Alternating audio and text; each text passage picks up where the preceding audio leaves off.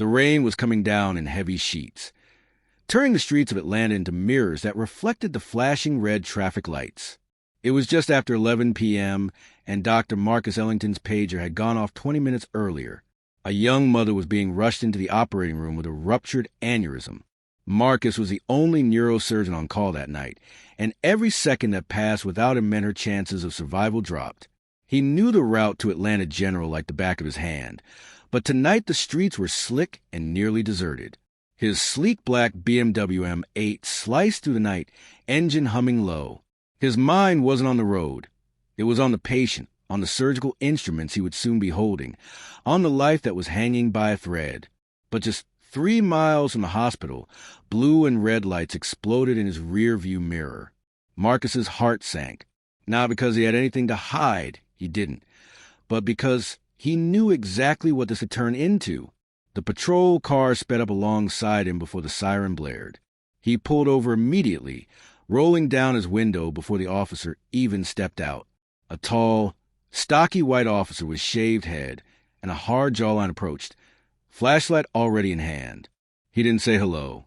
He didn't introduce himself. He didn't even glance at Marcus's ID on the dash. License and registration. Step out of the vehicle, he barked. Marcus took a slow breath. Not tonight. God, please, not tonight. Officer, I'm a doctor on my way to emergency surgery. Save it. The cop snapped, shining the beam directly into Marcus's eyes. This car is stolen. Marcus's head jerked back. What?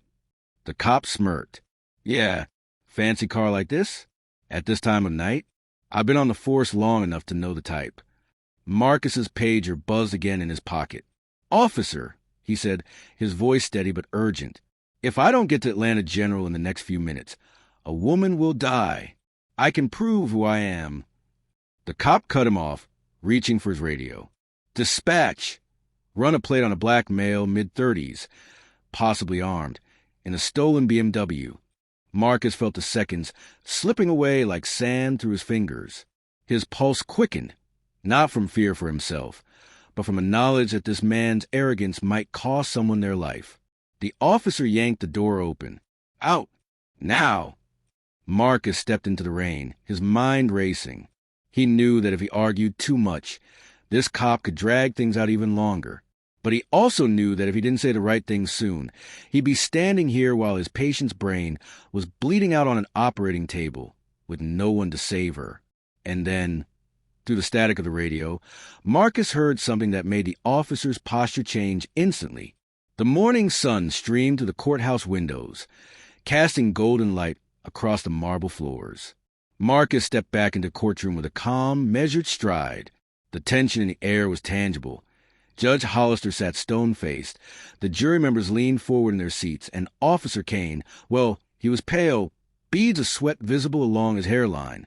The evidence had been delivered. The chain of events on the previous day was clear. Marcus had unveiled video footage, voice recordings, and sworn witness statements, showing Kane's bias, his unlawful stop, and even his mocking laughter when he thought Marcus was just some random guy in a suit.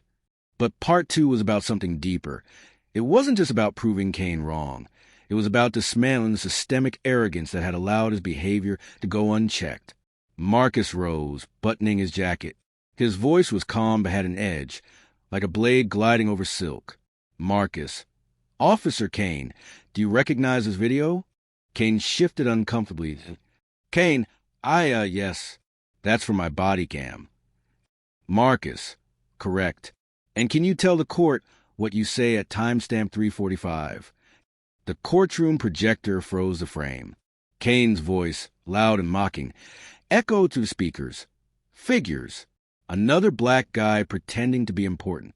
Let's see how important you are when you're in cuffs. Gasps rippled across the room.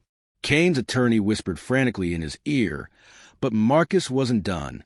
Marcus. And at timestamp 4:02, you threatened to teach me a lesson. Would you call that professional policing? Kane, it was taken out of context. Marcus. Oh, we have plenty of context. Let's play the rest. For the next 10 minutes, Marcus let the evidence speak for itself. Kane's hostility, his disregard for procedure, his racial comments. Every juror's eyes were locked on the screen. Kane's earlier cockiness had evaporated. He kept glancing at the jury, his face drawn tight, realizing with each passing second that this wasn't just a legal defeat. It was a public unraveling. When the footage ended, Marcus paused, his gaze shifting to the jury. Marcus, this is why this case matters.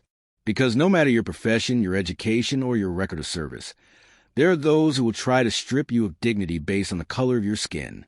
But the law is not a weapon for the arrogant. It is a shield for the innocent. It wasn't loud. It wasn't theatrical. But it hit like thunder. 2 days later, the verdict came in, guilty on all counts for Kane, abuse of authority, false arrest, and filing false reports. The judge handed down a rare sentence: permanent removal from the force, loss of pension, and a personal fine that would sting for years. Marcus didn't gloat. He simply packed up his case file, shook hands with his client, and walked out courtroom. But outside, the crowd waiting for the verdict erupted in cheers. For once, justice had moved fast, and it had been unmistakable. Power without accountability is a threat to justice. But truth in the right hands can dismantle even the most arrogant facade.